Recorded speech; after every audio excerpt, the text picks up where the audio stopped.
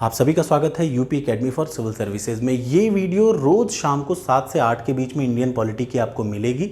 Total 50 video हैं और ये गारंटी है कि इन 50 वीडियो को जब आपने देख लिया और हर वीडियो के बाद आप उस चैप्टर को एम लक्ष्मीकांत से पढ़ लेते हैं पॉलिटी के, फिर एक भी प्रश्न आपके रेंज से बाहर नहीं रहेगा। सब कुछ इसी रेंज में आएगा और आपको हर प्रश्न समझता हुआ लगेगा। तो चलिए, आज का टॉपिक है शॉर्टेस्ट ट्रिक टू लर्न क्या प्रिम्बल। सबसे आसान शॉर्ट तरीका रटने का प्रिम्बल को। क्यों प्रिम्बल, अभी मैं बताता हूँ। देखिए, फिलहाल ये पीसीएस 2024 के लिए है, आरओ के लिए है और यूपीएससी के एग्जाम्स के लिए है। जैसे ईपीएफओ के लिए आपको बहुत फ़ायदेमंद रहेगा। आप देखिए, किस्मत आपकी रही तो हो सकता है एग्जैक्टली वर्डिंग यही आ जाए, क्योंकि इसको पूरा मैं बना रहा हूँ पेपर के अकॉर्डिंग। मेरा नाम मानस पांडे है, मैं भी पीएचडी कर रहा हूँ आईआईटी वाराणसी से, असिस्टेंट प्रोफेसर भी हूँ। अगला आ जाइए, ये है कॉन्स्टिट्यूशन का प्रिम्बल। प्रिम्बल का हिंदी में मतलब होता है प्रस्तावना। देखिए, एक भाग में समझिए कि मेरे पास अगर ये किताब है, ठीक, प्रस्तावना क्या है मैं दिखाता हूँ। देखिए, जब भी किसी किताब को आप खोलते हैं ना, तो आपको सबसे पहले क्या दिखता है, उस किताब का प्रीफेस दिखता है। क्या दिखता है? प्रीफेस। प्रीफेस का मतलब इंट्रोडक्शन। किसी किताब के पूरे बुक में क्या लिखा है इसको जानना हो तो सिर्फ आप उसका क्या पढ़ लीजिए, इंट्रोडक्शन। वैसे ही कॉन्स्टिट्यूशन को अगर आपको जानना हो तो सिर्फ आप प्रिम्बल पढ़ लीजिए। हमारे संविधान का ओरिजिनल नेचर, ओरिजिनल पावर, सब कुछ समझ में आ जाएगा आपको। तो चलिए शुरुआत करते हैं। इसको कैसे आसानी से रटा जाए ये पहले मैं आपको बता दूं। तो सबसे पहले याद रखिए, आपको एक लाइन पहले रटनी पड़ेगी।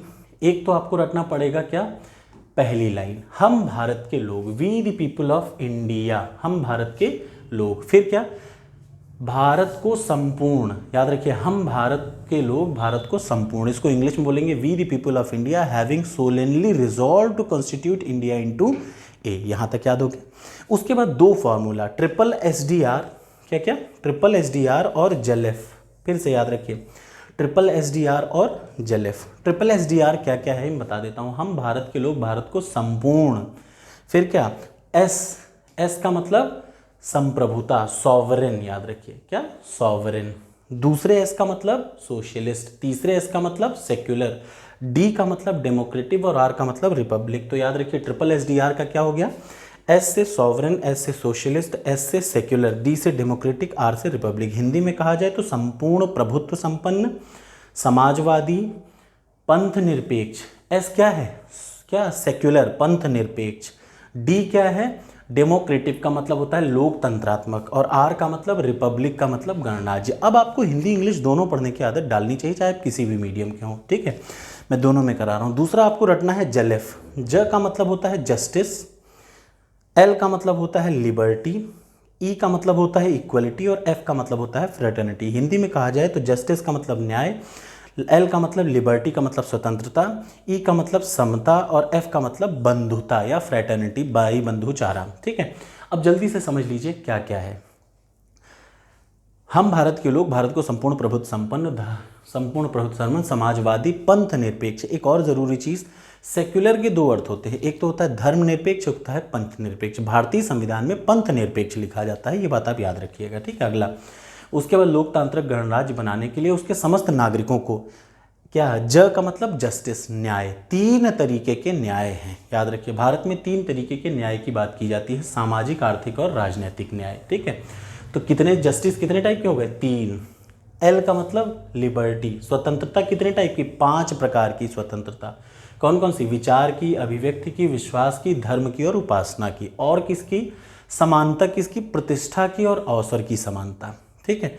तो 3, 5, 2, याद रखिएगा। 3 क्या है, जस्टिस, न्याय 3 देता है, लिबर्टी 5 देता है और इक्वलिटी 2 देता है। और उसके बाद क्या है, फ्रेटर्निटी का मतलब बंधुचारा, आपस में बंधुत्वता की बात करना और एकता और अखंडता की बात करना। उसके बाद ये जो संविधान है दृढ़ संकल्प होकर संविधान सभा में 26 नवंबर 1949 को अपनाया गया। तो इतने आसान तरीके से सिर्फ 2 फॉर्मूले से आप रट सकते हैं किसको, ये पूरी की पूरी प्रस्तावना को। क्लियर है ना। आपका प्रस्तावना का मेन हिस्सा ही यही है, क्या, ट्रिपल एसडीआर और जेलेफ। अगला आ जाइए, कुछ इंपॉर्टेंट फैक्ट प्रिम्बल के बारे में। प्रस्तावना क्या है मैंने आपको बताया, किसी बुक के बारे में जानना हो तो बुक का पहला प्रीफेस पढ़ लीजिए, पता चल जाएगा। तो प्रस्तावना क्या है, प्रस्तावना का अर्थ होता है संविधान का परिचय। संविधान के बारे में जानना हो तो आप प्रस्तावना पढ़ लीजिए, पहली चीज़।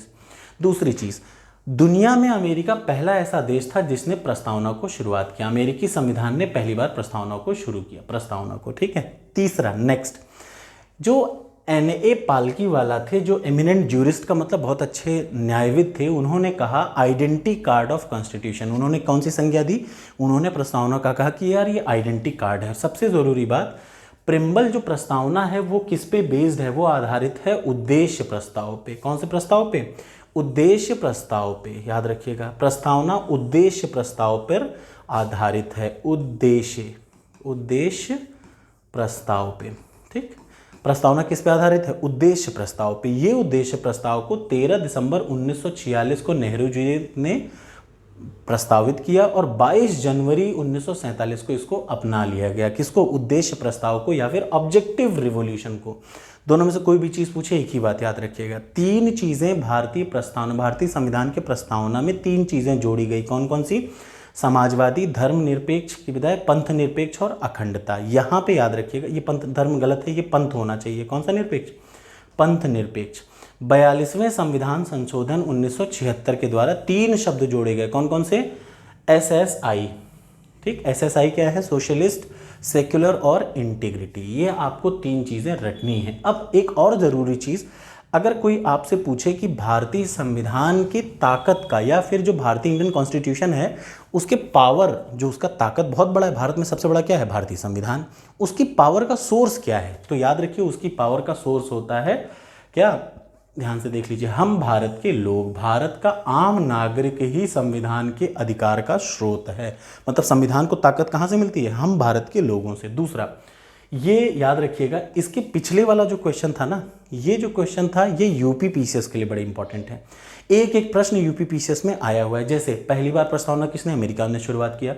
ये क्या है? तो याद रखिए इंट्रोडक्शन है। किसने कहा है? पालकीवाला ने ये कहा है। प्रस्ताव किसने पारित किया? नेहरू जी ने। कब पारित किया? ये पूरा का पूरा यूपी पीसीएस का है। लास्ट वाला प्रश्न यूपी पीसीएस में 4 से 5 बार पूछा गया और आरओ का भी पेट टॉपिक है। देखिए, जो इंपॉर्टेंट यूपी पीसीएस के लिए है वही इंपॉर्टेंट आरओ के लिए है।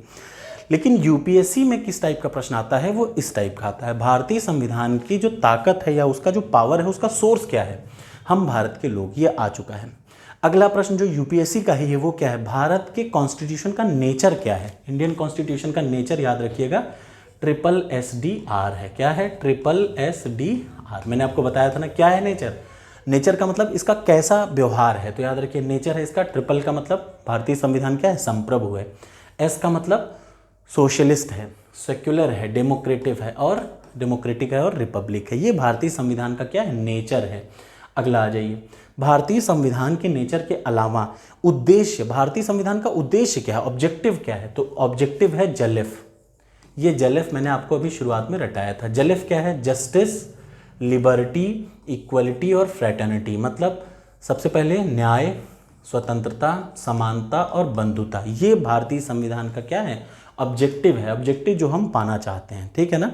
और सबसे बड़ी बात, इसको अपनाया कब गया? 26 नवंबर 1949 को अपनाया गया। किसे? भारतीय संविधान की प्रस्तावना को। प्रस्तावना कहाँ से किस पे बेस्ड है? उद्देश्य प्रस्ताव पे बेस्ड है। अगला आ जाइए, ये जो इंपॉर्टेंट है ये यूपीएससी का प्रश्न है और यूपी पीसीएस ने भी बहुत बार पूछा।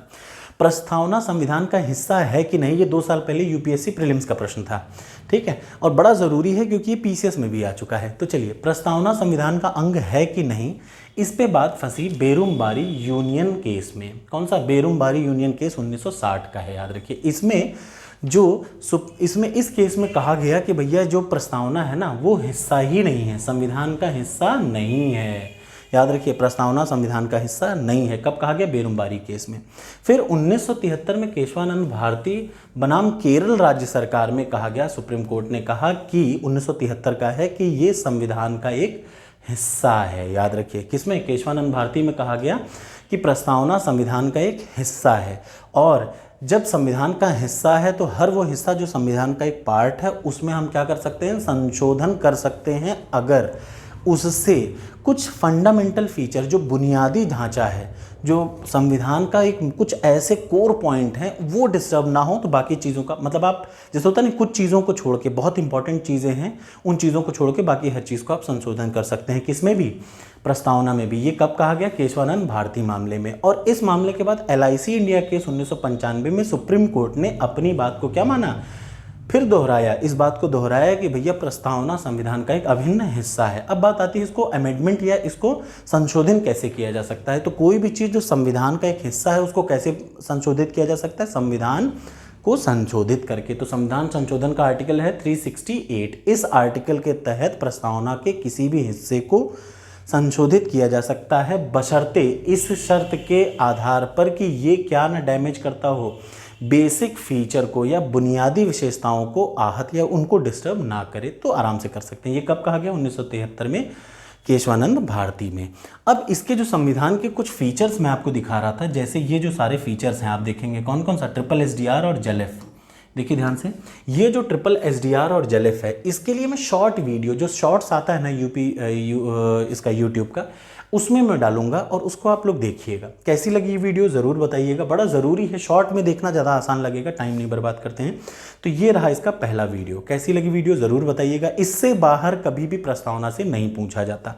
इन सब के अर्थ मैं आपको ज़रूर बताऊंगा अगली क्लास में। जैसे मैं आपको थोड़ा बहुत बता देता हूँ, संप्रभुता को हिंदी में बोलते हैं, इंग्लिश में बोलते हैं क्या? सॉवरेन। 3 प्रकार के दुनिया में कंट्री होते हैं। सबसे पहला इंडिपेंडेंट, जैसे अच्छा इंडिया भी है, तो इंडिया के 2 मैटर हैं। पहला कौन सा मैटर है? इंडिया का इंटरनल मैटर, और दूसरा एक्सटर्नल मैटर। 2 टाइप के मैटर होते हैं ना। तो अगर कोई कंट्री इन दोनों आंतरिक और बाहरी हर मैटर को खुद से सल्टा ले, खुद से निभाना जानती हो, तो वो क्या है? इंडिपेंडेंट। तो सॉवरेन का मतलब ऐसी कंट्री जो अपना अंदर बाहर हर मैटर खुद से सल्टा ले, वो क्या है? सॉवरेन कंट्री है। दूसरा डोमिनियन। डोमिनियन का मतलब होता है जो अपने आंतरिक मामले को तो खुद से सुलझा ले, लेकिन बाहरी मामलों के लिए किसी और पे डिपेंडेंट रहे, उसको बोलते हैं डोमिनियन कंट्री। और तीसरा है डिपेंडेंट कंट्री, एक ऐसा देश जो अपने आंतरिक और बाहरी हर मामलों के लिए किसी दूसरे देश पे डिपेंडेंट हो। जैसे भारत 1947 के पहले पूरी तरीके से डिपेंडेंट था किस पे? ब्रिटेन पे, इंग्लैंड पे। 1947 से 1950, 26 जनवरी 1950 तक भारत डोमिनियन स्टेट था। क्यों? भारत स्वतंत्र तो हो गया था, लेकिन तब भी भारत के जो एक्सटर्नल मैटर है वो कौन डील कर रहा था? ब्रिटेन। तो तब तक भारत क्या था? डोमिनियन था। भारत इंडिपेंडेंट कब बन गया? भारत इंडिपेंडेंट बन गया क्या? 1950 से, 26 जनवरी 1950 से। तो भारत संप्रभु कब से है? 1950 से। अगला आ जाइए समाजवाद या सोशलिज्म। क्या होता है? समाजवाद का सिंपली मतलब होते हैं 2 टाइप का। समाज की किस प्रकार का समाज है? तो 2 टाइप के समाज होते हैं, एक तो लोकतांत्रिक समाजवाद और दूसरा साम्यवादी समाजवाद। एक लाइन में समझिए, लोकतांत्रिक का मतलब एक ऐसा समाज जहां पे पब्लिक भी हो प्लस प्राइवेट भी हो। मतलब एक ऐसा समाज जहां पे मिक्स्ड इकोनॉमी हो। याद रखिएगा, ऐसा समाज जहां पे क्या हो? Mixed economy. जैसे पब्लिक लोग भी काम कर, पब्लिक का मतलब गवर्नमेंट भी काम कर रही है और प्राइवेट भी काम कर रही है, तो उसको बोलते हैं लोकतांत्रिक समाजवाद। जहां पे गवर्नमेंट भी काम करे और प्राइवेट भी कुछ ना कुछ काम करते रहें, जैसे इंडिया क्या है? Mixed economy. दूसरा जो होते हैं कम्युनिस्टिक सोशलिज्म। इस कम्युनिस्टिक सोशलिज्म का कहना है कि प्राइवेट जैसा कुछ होता ही नहीं, सब कुछ को नेशनलाइज कर दो, हर चीज़ को अगर नेशनलाइज कर दो तो उसको बोलते हैं साम्यवादी समाजवाद। भारत किस प्रकार का समाजवाद है? भारत में है डेमोक्रेटिक समाजवाद। याद रखिए, भारत संप्रभु है, भारत डेमोक्रेटिक सोशलिज्म है भारत में। और तीसरा आता है लोकतंत्र। लोकतंत्र क्या है? लोक और तंत्र, लोगों का शासन। याद रखिए, क्या? लोक का मतलब होता है लोग, पीपल, और तंत्र का मतलब होता है रूल। मतलब जहां पे लोग शासन करें उसको बोलते हैं लोकतंत्र। जनता का, जनता के लिए, जनता द्वारा शासन ही लोकतंत्र है। 2 टाइप का लोकतंत्र होता है, एक तो डायरेक्ट डेमोक्रेसी और दूसरा इनडायरेक्ट डेमोक्रेसी। डायरेक्ट डेमोक्रेसी का मतलब जहां जनता सीधा भाग लेती है, जैसे रेफरेंडम। स्विट्जरलैंड में अगर प्रधानमंत्री को हटाना है तो पूरी पूरी जनता एक का एक होगा कि भैया हम तुमको हटाना चाहते हैं। तुरंत क्या होगा?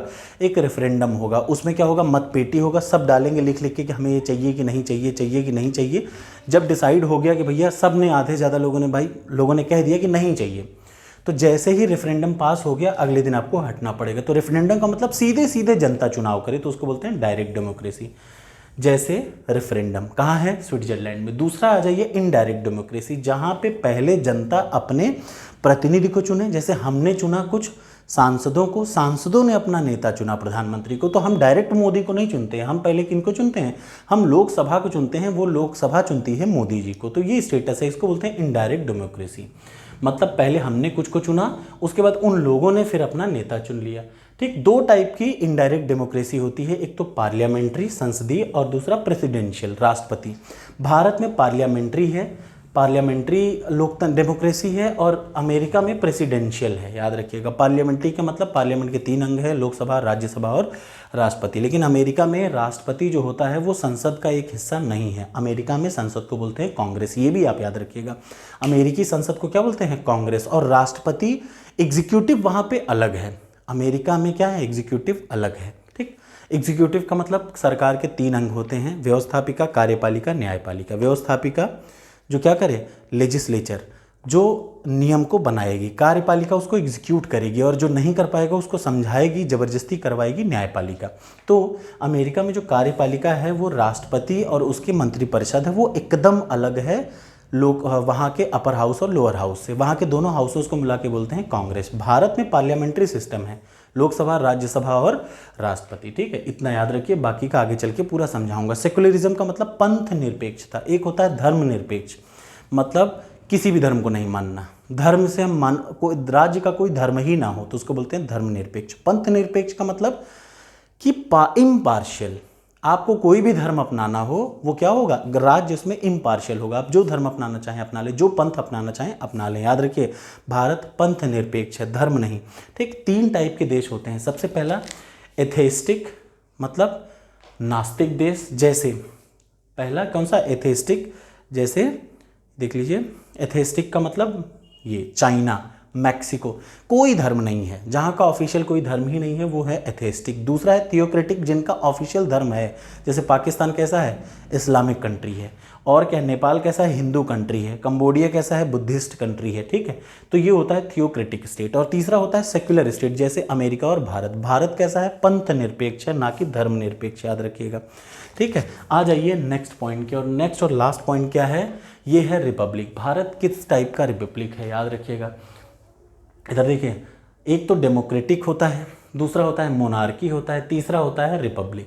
भारत में जो हेड है भारत का, जो राष्ट्रपति है, वो हमेशा डायरेक्टली या इनडायरेक्टली क्या होता है, इलेक्टेड होता है। इनका मैं एक शॉर्ट्स वीडियो भी बना दूंगा हर एक इंडिविजुअल का, ताकि आपका कोई भी कॉन्सेप्ट गलत ना हो। कैसी लगी वीडियो ज़रूर बताइएगा। ये रहा पहली क्लास, कल की क्लास में हम लोग इसके आगे बढ़ेंगे। Thank you so much.